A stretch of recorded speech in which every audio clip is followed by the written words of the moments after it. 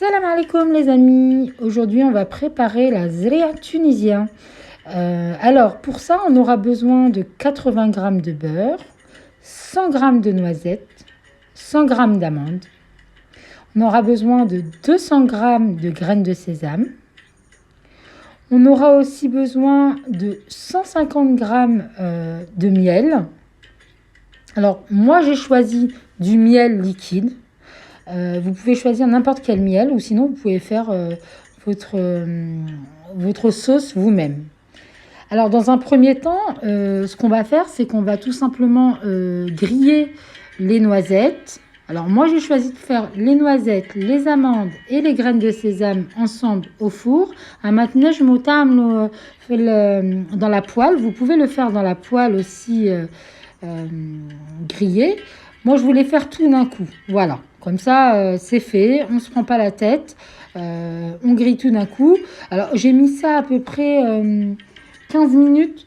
Après, ça dépend de votre four. Donc, ça doit vous donner à peu près cette couleur-là.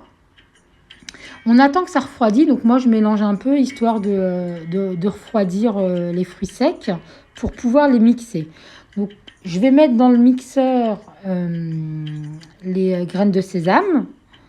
Je vais les mettre, je vais les griller, je vais les mixer, pardon. Et ce que je vais faire, c'est elles doivent être sous forme d'une pâte. Elles doivent dégager leur huile. Voilà. L'huile doit sortir de ce fruit. Pareil pour les noisettes à part. Je les mixe. Je mets les noisettes et les fruits secs de côté pour pouvoir ensuite mixer les amandes. Donc, l'idée, c'est vraiment d'avoir une texture, donc là pour les noisettes, d'avoir une texture mixée au maximum. Mais vous verrez, après, je vais mixer encore les 3 fruits secs ensemble pour pouvoir justement les imprégner les unes des autres. Et surtout, avoir une texture justement sous forme de pâte. Donc là, on en est aux amandes. Donc je mixe les amandes. Pareil que les noisettes. Il faut que ça soit une poudre.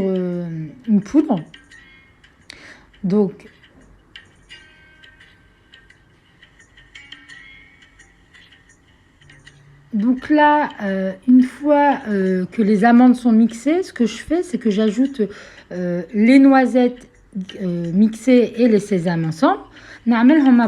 Pour justement, comme je l'ai dit, il y ait un mélange de saveurs. C'est-à-dire qu'il n'y ait pas un goût de noisette à part, un goût d'amande à part. C'est vraiment important. Cette phase-là, il faut vraiment la faire. Elle est très importante. Alors, il y en a qui ne le font pas. Hein. Il y en a qui mettent au fur et à mesure. Moi, je trouve que c'est mieux avec cake. Comme ça, au moins, on a tous les goûts ensemble. Ensuite, une fois que ça c'est fait, ce que je fais, c'est que je mets le miel dans une casserole. Il faut une casserole qui ne colle pas. Parce que si la zréa, elle se grille, c'est pas bon.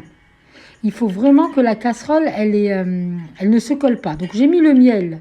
Là, je vais vous montrer la bouteille de miel. Voilà, c'est celle-ci que j'ai choisie. Vous pouvez... n'importe quel miel, ça passe. Hein. Donc là, je vais faire en sorte que ça bout. Il faut vraiment que ça bout pour que je puisse rajouter le beurre. Parce que tant que ça bout pas, je rajoute rien. Voilà. Donc là, ça va bouillir tranquillement. On mélange de part et d'autre. Et là, on va rajouter, justement, parce que là, on voit que ça commence à bouillir, on va rajouter le miel. Et le beurre, pardon. On rajoute le beurre. Et là, le beurre, une fois qu'il est dans le miel, il faut vraiment qu'il s'imprègne du miel. Et il faut qu'il reste aucun morceau. C'est-à-dire que là, concrètement, il ne faut pas qu'il y ait un petit bout de beurre comme vous voyez sur l'image. On ne rajoute pas les fruits secs tant qu'on n'a pas, une texture toute dorée, quoi. Zéro morceau de beurre. Ça, c'est important. On mélange tout le temps pareil parce qu'il ne faut pas que ça brûle et il ne faut pas que ça grille. Donc là, une fois que là, on voit que ça bout, ce qu'on fait, on va rajouter justement nos fruits secs. Alors là, les fruits secs, comme je vous l'ai dit, j'ai mélangé noisettes, amandes et graines de sésame ensemble. Et je les ai remixés. Et là, vous verrez, ça fait une pâte.